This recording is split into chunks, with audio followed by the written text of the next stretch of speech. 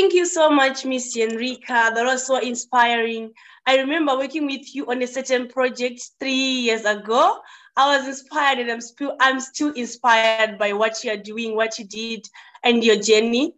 So for the questions, I picked up one question from the chat box. The person asked, which application do you use to buy shares? Okay, so for buying shares, I go online on the internet. I don't use an app. I use www.zsedirect. Let me actually type it.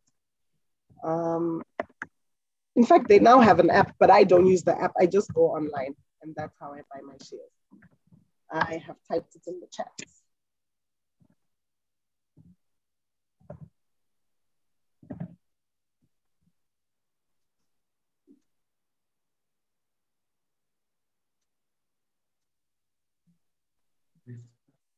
And while we're talking about shares, while I wait for you to look for other questions, let me just share. Last year, I bought some shares worth $76 in February last year.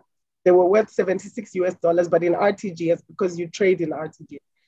And then I sold them in September, and I got $900 worth from $76 worth.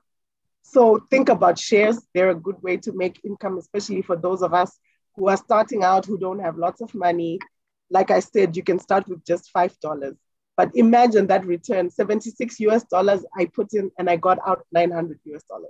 So I just thought to share that for those who are interested in making extra money.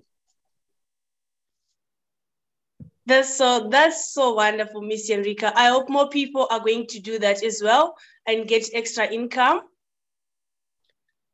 I hope then, I understand there are no more questions. If there are more questions, maybe they'll follow, and we'll make sure that the questions are available to you. Okay, there's one more question. Luke Hungwe is saying, so what would be your advice for someone who is interested in computers and data analysis, but is studying a program that is not related to that? Great question.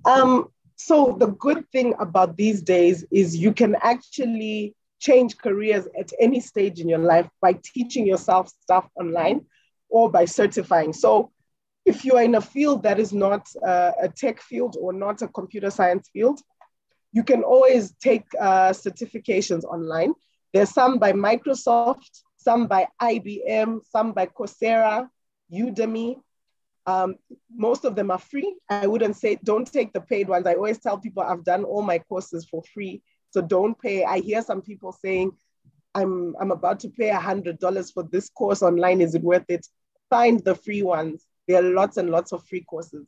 Once you do free courses, then you can find a problem to solve in your community, and you start to build your portfolio that way and write on your CV that I have solved this problem using data. And you start looking for jobs that way. Yeah, so that would be my advice. But it's very possible to start in a field that's not computer science related and land up in data. Thank you very much for answering the question. So the next question which follows says, how was your Silicon Valley experience? Oh, wow. The Silicon Valley experience was amazing. Since we have time, maybe I can share some pictures. Is that fine? Yes, that's fine. Because I see we still have quite a bit of time. So let me just pull up some of the pictures I have from Silicon Valley and share them with you guys.